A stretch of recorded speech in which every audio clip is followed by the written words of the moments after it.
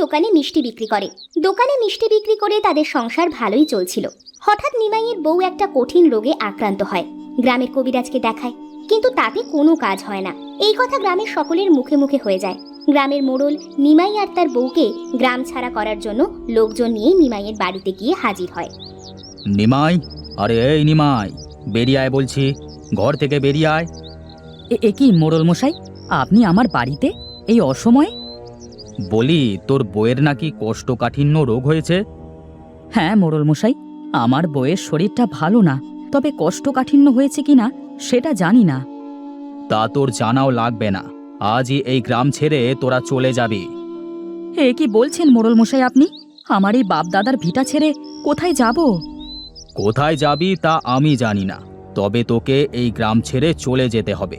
এটাই হলো আমার শেষ কথা, না হলে কিন্তু তোর এই ঘর বাড়ি আগুন ধরিয়ে পুড়িয়ে দেব। এই বলে মোড়ল তার লোকজনকে নিয়ে সেখান থেকে চলে যায়।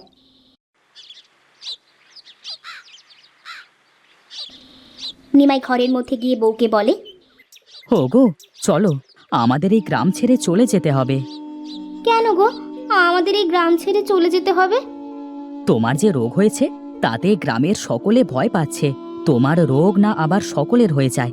এই জন্য গ্রামের মোড়ল এখন বাড়িতে এসে আমাদের বাড়ি ছেড়ে চলে যাওয়ার জন্য হুমকি দিল। তাহলে আর কি করার, চলো এই গ্রাম ছেড়ে কোথাও চলে যাই।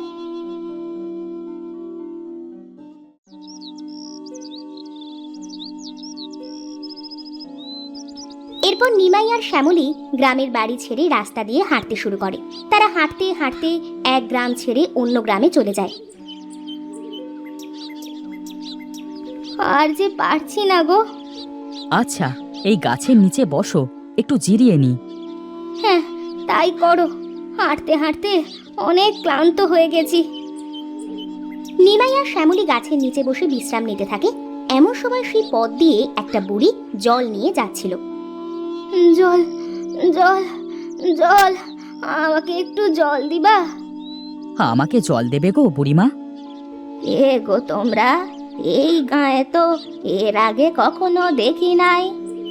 আমরা দূর গাঁ থেকে এসেছি, আমার বউয়ের শরীরটা অনেক অসুস্থ। গ্রামের মোড়ল আমাদের গ্রাম থেকে বের করে দিয়েছে। আহারে, কত কষ্ট। এই নাও জল, ওনাকে আগে জল দাও। নিমাই বুড়ির থেকে জলের ঘড়া নিয়ে তার থেকে একটা ছোট বাটি করে জল শ্যামলীকে খাওয়ায়।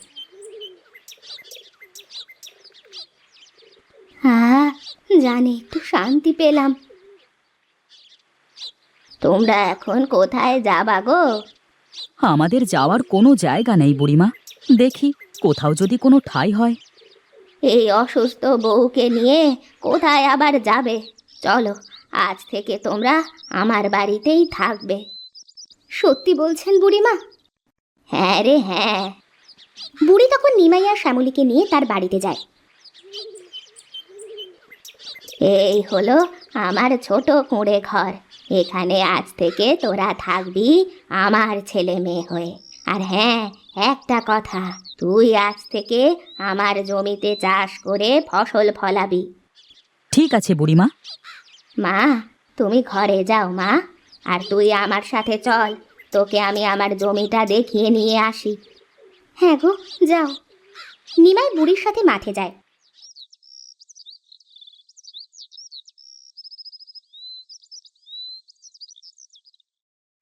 মাঠে গিয়ে বুড়ি বলে, এই যে দেখছিস জমিটা, এই জমিটা হলো আমার।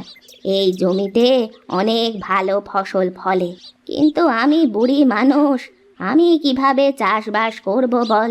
তাই জমিটা এইভাবে অপরিষ্কার হয়ে পড়ে আছে। আমি সারা ছোটবেলা থেকে মিষ্টি বিক্রি করলেও একটু আধটু চাষাবাদও করতে পারি, তুমি এই নিয়ে চিন্তা করো না বুড়িমা। ঠিক আছে, চল এখনো বাড়িতে যাই, ওইদিকে তো সন্ধে হয়ে এলো। নিমাই বুড়ির সাথে বুড়ির বাড়িতে চলে যায়। রাতে নিমাই আর শ্যামলী ঘরে বসে কথা বলছিল। যাক, একটা মাথা গোজার জন্য জায়গা তো পেলাম। হ্যাঁ গো, তুমি ঠিক বলেছ। বুড়িমা অনেক ভালো মানুষ, কি বলো? হ্যাঁ গো, কাল থেকে বুড়িমায়ের জমিটা মন দিয়ে চাষ করতে হবে। তা জমিতে কি চাষ করবে কিছু ভেবেছো? না তো, তা এখন ভেবে দেখি নাই। আগে জমিটা পরিষ্কার করে নি, তারপর ভেবে দেখব কি বীজ রোপণ করা যায়। আচ্ছা, এখন ঘুমাও। নিমাই আর শ্যামলী ঘুমিয়ে পড়ে। পরের দিন সকালে নিমাই মাঠে যাওয়ার জন্য বের হয়, তখন বুড়ি বলে, নিমাই বাবা, দাঁড়া দাঁড়া, এই নে, এই বীজগুলো জমি পরিষ্কার করার পর রোপণ করিস, অনেক ভালো ফসল হবে দেখবি। কিন্তু বুড়িমা, এটা কেমন বীজ? এর আগে তো কখনো দেখি নাই। দেখবি কোথা থেকে? এ তো নতুন একটা ফসলের বীজ। যা, এখন জমিটা পরিষ্কার করে রোপণ করে দিয়ে আয়। ফসল ফললে দেখবি কিসের বীজ। ঠিক আছে বুড়িমা। নিমাই একটা কোদাল আর বীজগুলো নিয়ে মাঠে যায় আর জমিটা পরিষ্কার করতে থাকে। এমন সময় সেখানে একটা বৃদ্ধ লোক আসে। কে গো বাবা, তুমি এই জমিটা পরিষ্কার করছো? আমি নিমাই কাকা, দূর গাঁ থেকে এসেছি। ও, বুঝেছি বুঝেছি। তা বুড়ির জমিটা পরিষ্কার করছো কেন?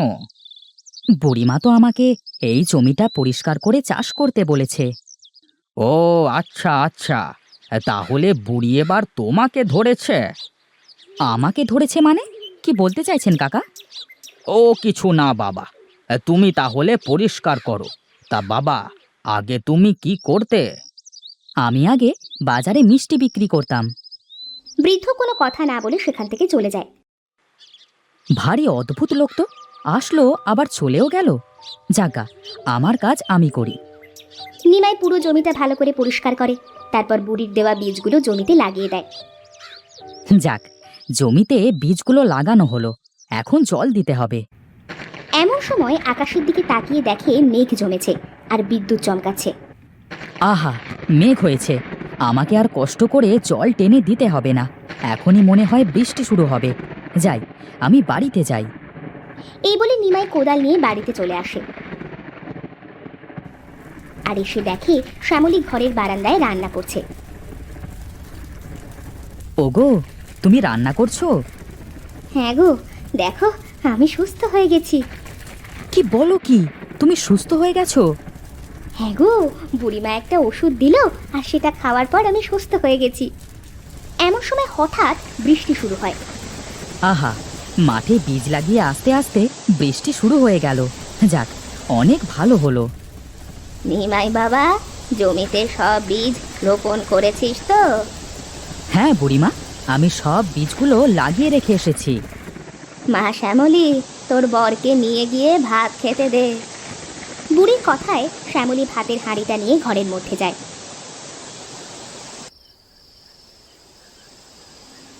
আমি না কিছুই বুঝতে পারছি না। বুড়িমা আমাদের তার বাড়িতে থাকতে দিল, জমি দিল চাষ করবার জন্য, আবার তোমার এত বড় অসুখ সেটাও সুস্থ করে দিল। হ্যাঁ গো, এখন নাও, ভাতগুলো খেয়ে নাও। নিমাই ভাতগুলো খাইতে শুরু করে। পরের দিন সকালে নিমাই জমিতে গিয়ে দেখে জমিতে অনেক গাছ হয়েছে, কিন্তু প্রতিটা গাছে ফলের বদলে সাদা রঙের নানা রকমের মিষ্ট ধরে আছে। এ কি, এ কি দেখছি আমি, গাছে মিষ্টি ধরেছে, কিন্তু এটা কি করে সম্ভব? সম্ভব সম্ভব, সবই সম্ভব। কাকা, আপনি আর এই জমিতে মিষ্টি হলো কি করে? তুই যে বুড়ির বাড়িতে আশ্রয় নিয়েছিস, সেই বুড়িটা হলো আসলে একটা জাদুকরী। তবে অনেক ভালো, তোর কোনো ক্ষতি করবে না। তুই এই মিষ্টি বাজারে নিয়ে গিয়ে বিক্রি করতে পারবি। এমন সময় সেখানে বুড়ি আসে। ও, তুমি ওকে সব সত্যি বলে দিলে? কি আর করব, আজ বা কাল ওকে তো বলতেই হবে। হ্যাঁ, তা ভালোই করেছ।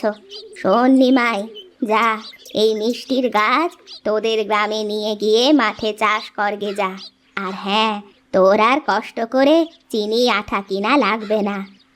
নিমাই তখন কিছু মিষ্টির গাছ নিয়ে বুড়ির বাড়িতে যায়।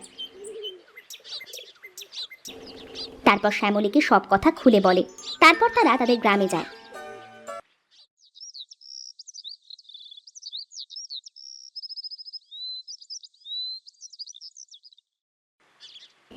কতদিন পর আমাদের নিজ বাড়ি দেখতে পাইলাম বলো। হ্যাঁ গো হ্যাঁ, নিজের বাড়ির শান্তি আলাদা। আচ্ছা বউ, তুমি ঘরে যাও, আমি মাঠে এই গাছগুলো লাগিয়ে আসি। নিমাই মাঠে যায় আর তার জমিতে মিষ্টির গাছ লাগায়। এইদিকে গ্রামের লোক বলে, আরে নিমাই না, ওকে না মোড়ল মশাই গ্রাম থেকে বের করে দিয়েছিল? হ্যাঁ রে, তাই তো। কিন্তু ও কি গাছ লাগাচ্ছে ওর জমিতে? এই চল তো গিয়ে দেখি। গদাই আর চিত্র নিমাইয়ের কাছে যায় আর দেখে গাছে মিষ্টি ধরে আছে। এ কি, এটা মিষ্টির গাছ নাকি নিমাই দাদা? হ্যাঁ, এটা মিষ্টির গাছ। আজ থেকে আমি মাঠে মিষ্টি চাষ করব। হ্যাঁ, তুই কি পাগল হয়ে গেছিস নাকি? এই চিত্র, মোড়ল মশাইকে খবর দে তো।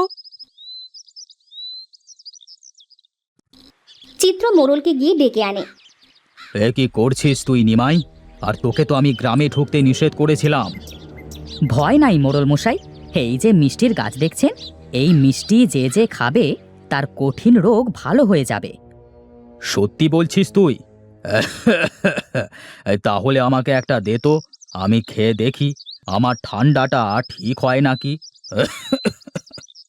নিমাই একটা মিষ্টি গাছ থেকে ছিঁড়ে মোড়লকে দেয় আর মোড়ল সেটা খাওয়ার সাথে সাথে মোড়লের ঠান্ডা ভালো হয়ে যায়। আরে, নিমাই তো সত্যি কথা বলছে। এটা তো মিষ্টি নয়, এটা কঠিন রোগের ঔষধ। শোন নিমাই, আজ থেকে তুই এই গ্রামে থাকবি আর এই গ্রামের সকলকে তুই সাহায্য করবি, কেমন? এরপর থেকে নিমাই মাঠে মিষ্টি চাষ করে গ্রামের সকল অসহায় মানুষকে সাহায্য করতে শুরু করে। আর গ্রামের মানুষ নিমাইয়ের বউকে দেখে ছিছি করতো না। নিমাই আর শ্যামলী সুখে শান্তিতে বসবাস করতে শুরু করে।